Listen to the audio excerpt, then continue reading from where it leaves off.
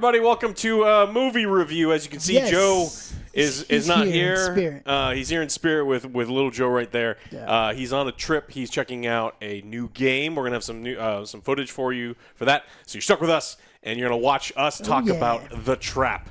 It's an M. Night Shyamalan movie. I didn't watch the last one he did. The Watcher? I didn't watch that one. I didn't watch the knock on the cabin in the woods and the thing. No.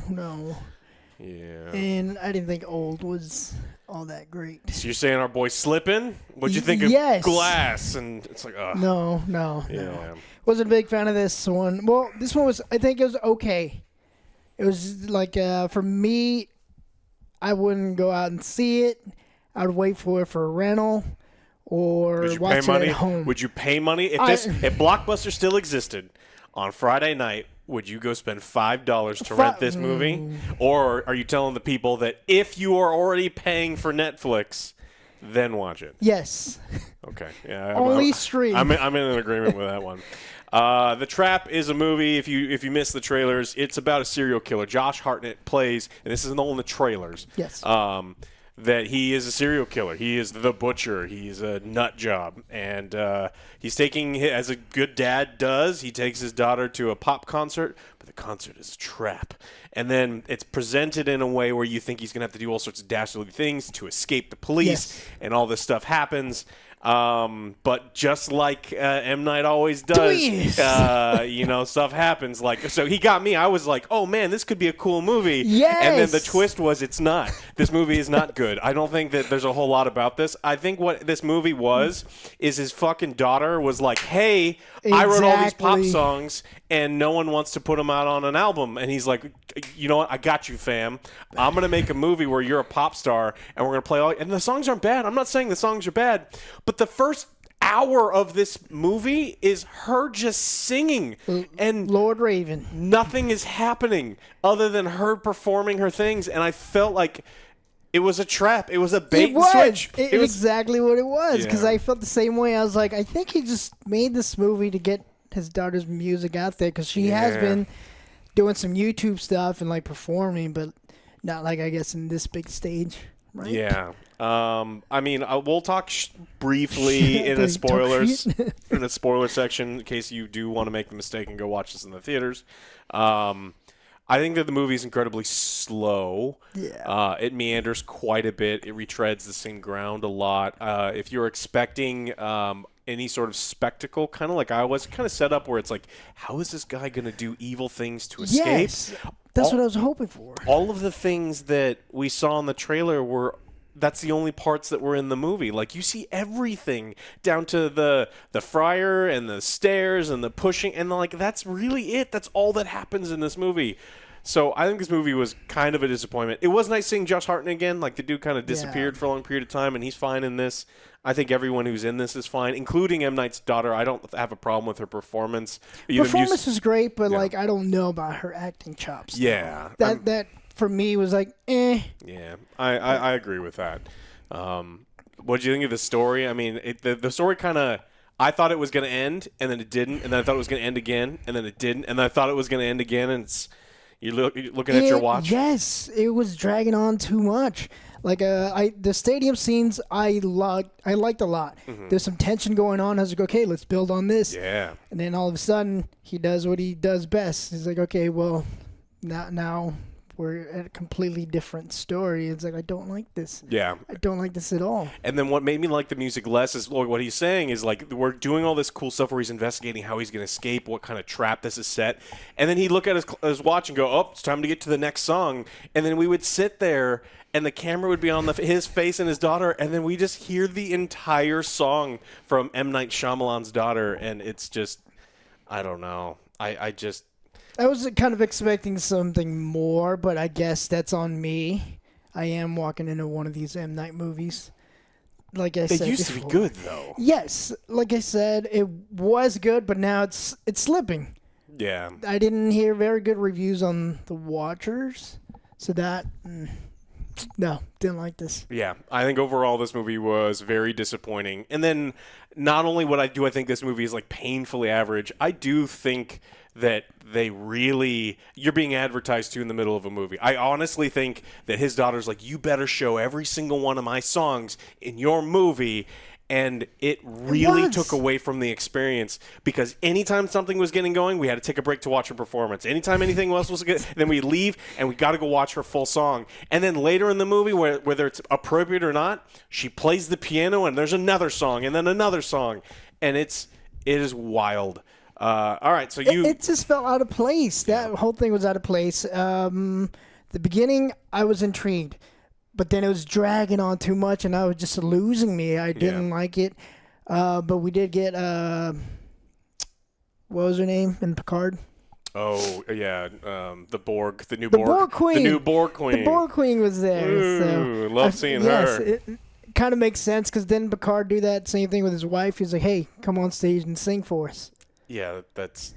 Wow, way to link it back to wow, that's impressive. Yes, in Picard had his Patrick Stewart's real wife got up to sing in one of the things. Why not give him a platform if you got it, right? What do you think of the kills? Lackluster. Did anyone die? Well, no. There were no kills. In the serial killer movie, there are no kills. Yes, there is. Is there? But did I forget one? I may have. There is no... Well, I may have fallen asleep. No, there's no kills, but like you see, he's like, oh, this is what the butcher did. Oh, no, yeah. See, look at the butcher. All of the look cool at what he did. Yeah, all of the cool stuff that the butcher does is stuff that happened before the movie started. Yes. And like that's what I wanted to kind of explore. In this movie, our serial killer doesn't do any serial killing. No. He's a good dad. He's a bad man, but he's a good dad. He's taking care of a lot of dumb decisions happen at the end too. Oh, yeah. I don't know what the fuck he was doing. None of it's believable. I mean, it not. spirals out of control. We'll talk about it a little bit in spoilers, but it was like so fucking dumb. Like he was doing so good. I was like, okay, this guy's pretty clever. Then all of a sudden, I don't know what the fuck happened to him. I guess he panicked. Yeah, I mean, I don't know. I completely agree with you. I think that what I don't find it satisfying when a previously smart character all of a sudden starts to and it wasn't that he was getting sloppy. He just turned into an idiot at the end of the movie. And so I think that kind of took away from my enjoyment. But I'm kind of itching to talking about some of the dumb things that get specifics. So why don't you? What do you think? Out of 10? Out of 10, probably this is an average film. I'm probably gonna go with a 5. Maybe later on if I watch it again. Well, I don't really want to watch it again. Yeah. Maybe 4, but I'm gonna give it a 5. It had some good moments that were leading up to some potential stuff, but really dropped the ball. Yeah, big time. And the runtime was. Even like the people we were walking out, the people like, yeah, it was too long at the end. I wasn't really paying attention at the end. That's bad. Yes. I mean, with movie tickets as expensive as they are, if you're not paying attention, yeah, for that guy $30 just told. Yeah, he was telling his girlfriend that. I was like, oh, well, I guess he didn't like it either. Yeah, I don't. Yeah, no one when we were leaving the theater had glowing praise of it. I felt more betrayed. I do feel like I got trapped. By this fucking movie. Yes. It does feel like a bait and switch. It did feel like I was presented with a really kind of a cool, tension-filled escape, serial killer themed. It didn't matter that like I don't care that much he didn't kill anyone. Mm-hmm. I just wanted to see more of that aspect. Yes. And I feel that instead I got shoved in my face a pop album that I didn't want to watch and I don't care about.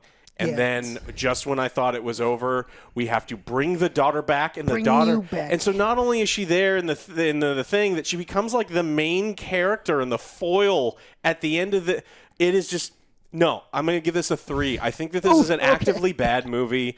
I wanted to give it an average movie. I'm fine with an average movie if there's tension and some stuff happening, but this movie just spirals out of control. It feels like M. Night is being forced by his family to do this, and I hate that. So did a bunch of stuff that I just actively... His little cameo as well, too. Oh, he's always in his own movies. Yes, I didn't actually hate that. Like, I don't hate that stuff, but yeah. So I think this is a bad movie. I think if you're going to see another movie, I'd see Deadpool and Wolverine again. Yes, for sure. Or just not. Maybe wait. I would wait for this one. I don't know who this movie is for. Maybe if you... I didn't have high hopes going into it either because, Because it's him. That's sad. I mean, it used to be something I was really excited to see his stuff. Like, you weren't excited about the last 4 or 5 movies? No. Yeah, I agree. All right. Well, thank you for watching this one. Check out the spoiler section because I don't want you to watch this movie. Just come hang out with us. Yeah, we're gonna talk about the dumb stuff. Whatever. Yeah, whatever. But all right, we'll see you there.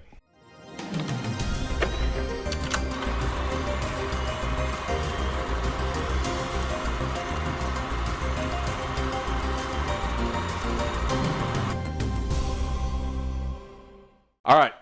Welcome to the spoilers.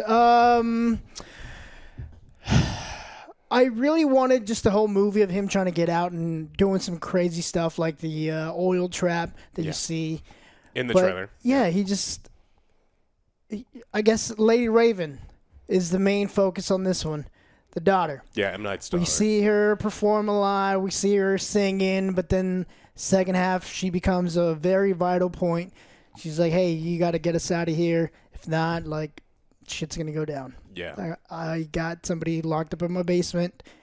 With the press of a button, I'm going to kill him if you don't get us out. So she helps him escape, and then she just kind of becomes the heroine of the film, where she is defying him and she's taking him to places with his family, and she goes to his house and takes his cell phone and like frees the plays on the piano. Plays like, let me play one more song for you. She hadn't played a song in 20 minutes, so it was time. Like in her contract, I have to be playing something, and so she becomes the focus towards the end of the film, and I think it was completely unnecessary. It was. I was way more interested in the profiler lady. There's this old lady who is the profiler for the FBI. She's been studying this case for a long time. It's like she knows him, and she's a really interesting character. And we see her for a very, very short period of time, and we just completely kind of throw her out in favor of M. Night Shyamalan's daughter, who now is the star of the movie and takes him down single-handedly. And yeah, she's supposed to be like studying this case and everything. I was like, how does she know a lot about him?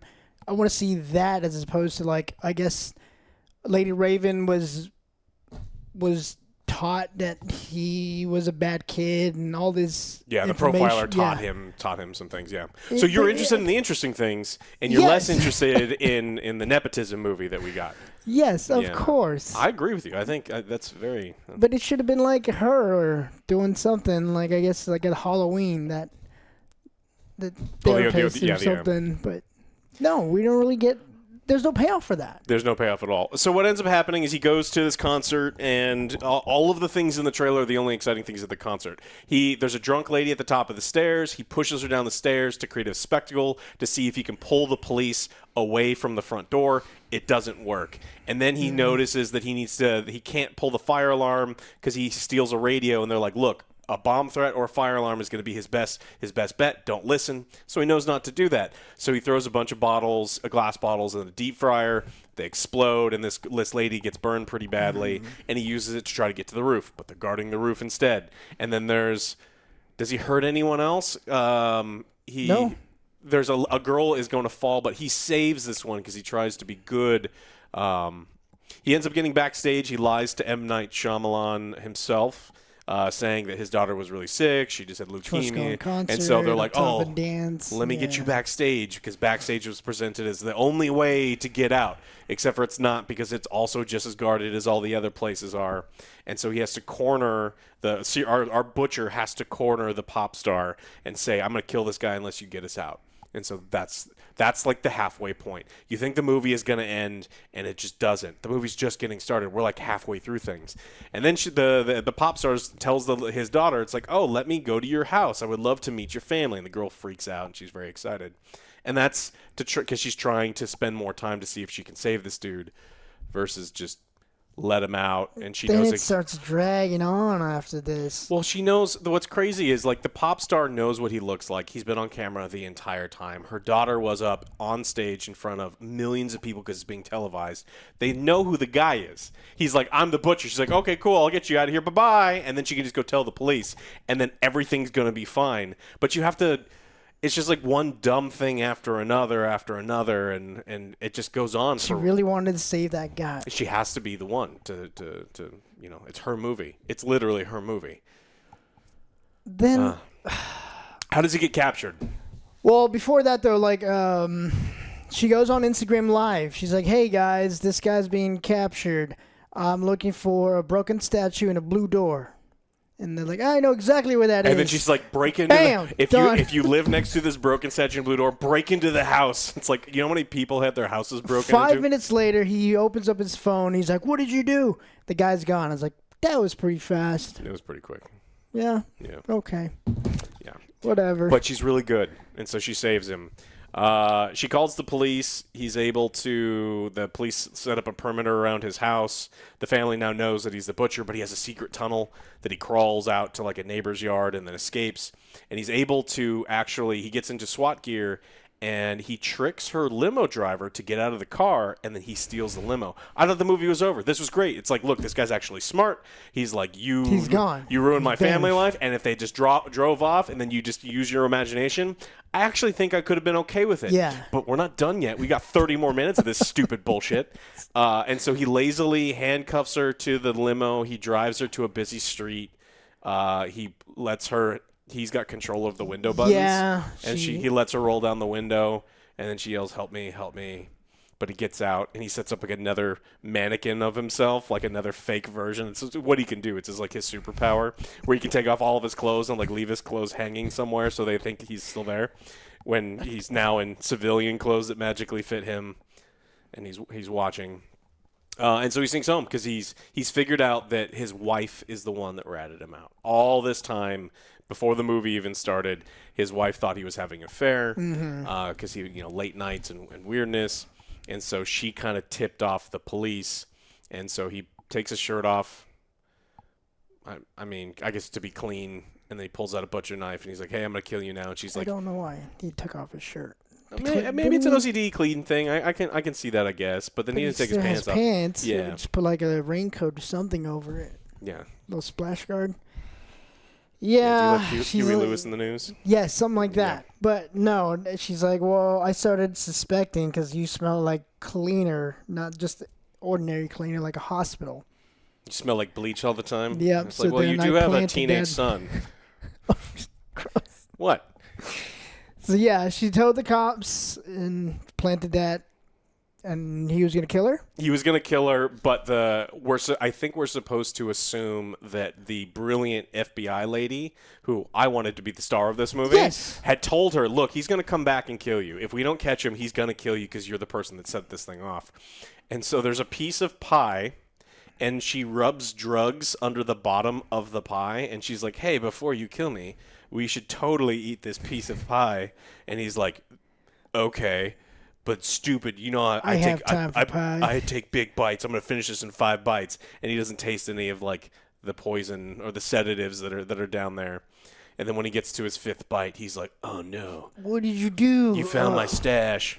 And then the police rush in and they tase him, and then the tasers like wipe away the sedative effect of the drugs, and then the movie's still not over yet. Because they finally chain him up, and while he's walking from his front door to the SWAT car to get in, he's got OCD, so he wants to pick up his daughter's bike, and then he's like fucking with stuff, and like 9 cops are watching him, and there's flashlights, and everyone's looking at everything that he does because they're going to shoot this dude, and he pulls off like this long metal thing from the bike and puts it in his sleeve, and no one notices. And the final scene of the thing is the SWAT car going away, and him smiling like a goofy bastard, and he pulls this big metal thing out, and he's picking his handcuffs, but there's a helicopter and 45 cop cars. I think this is the butcher though. He killed like 12 people. Why are there not any SWAT inside with him? Oh, because then there wouldn't be a movie. Okay. They also probably wouldn't let him play with a bicycle and put the metal in there. I think what would have saved this movie a little bit more was focus on that detective. Yeah. Show me a little bit more of the tension scene, more of the tension stuff that was going on in the stadium. More stadium stuff. Dial back the music a bit. We didn't need all that. We could have done more scenes of him trying to escape. And show me how crazy he was, because he kept seeing his mother. Yeah. Right? Time after time, but it wasn't really explained, though. Yeah. Briefly. He's a serial killer, and he sees visions of his mom sometimes because he was apparently abused and punished a lot, but he was also a crazy child. I think that's it. I think the problem is this would have been something that was fine if the pop star and the pop show weren't the focus of the movie, and if Josh Hartnett and then the cat and mouse game between the police and the serial killer was the focus. Yes. And it felt like the concert was the focus because we have to show off this girl's music, and then not only do we have to show off her music, we have to make her the third act main character. And it just completely goes off the rails, which is why I don't think that this is a good movie. I don't even think this is below average. I still think this is a bad movie. Yeah, another scene we kind of forgot to mention was the car scene. He gets her in the car. He's like, get in the car now. We're leaving. We're taking off. And she's like, well, you've been a bad boy. You need to listen to me. It's like, I know what you're trying to do. You're trying to get in my head. Yeah. You're trying to act like my mother. Yeah. And I guess that goes on for a little bit. The garage opens. They see the kids. Then she gets out of the car. Takes off. Yeah. What's the point? I don't get it. I mean, the third act is, it's, if he's OCD, the second something doesn't go the way that he thinks it's going to go, he gets, off kilter. And so him seeing the cops and everyone there, he didn't realize that his kids could escape the room he locked them in, and that's why he freaks out and he lets her go. But I don't know. Let's go to capture her again. It's wasting my time, Alex. Yeah. You let her go capture her again. Just why the fuck did you let her go in the beginning? It's runtime. You're preaching to the choir, man. I gave it a 3. Fucking runtime. As I'm saying, maybe 4. Yeah. I mean, honestly, if it just ended when the cops show up and he crawls through the tunnel and then he drives away, I can see this being an okay movie. Yeah. It really starts to, grind down and just get repetitive and shitty towards the end. So, not for me. I don't think. Wanted something better. When was the last time? I can't remember the last time that Shyamalan made a movie that I was like really excited about. I didn't see Avatar. I did. You watched the Avatar? Yeah. Yeah. So. Well, I haven't even seen the cartoon one though. Oh, you should watch the cartoon one. It's excellent. Yeah, because I just went to the movie theater and picked out a movie. That was it. And it was bad. Yeah, it was a terrible choice. I'm full of terrible choices, Yeah, so I don't know how this guy continues to make all these movies. Hopefully they're making money for people or something, but I don't know. I haven't been a fan for years. I don't think this one's it. So if you're looking for, you can find something better. Not this one. Not this one. No. Yeah. All right. Anything else? Nope. All right. Covered everything. Well, thanks for checking this video out. We'll be back full staff next week. We've got all sorts of stuff. We got the news, the House of the Dragon series, yes, check it out. Or season finale. We'll cover everything when Joe gets back. So thanks for watching, and we will see you on the next one.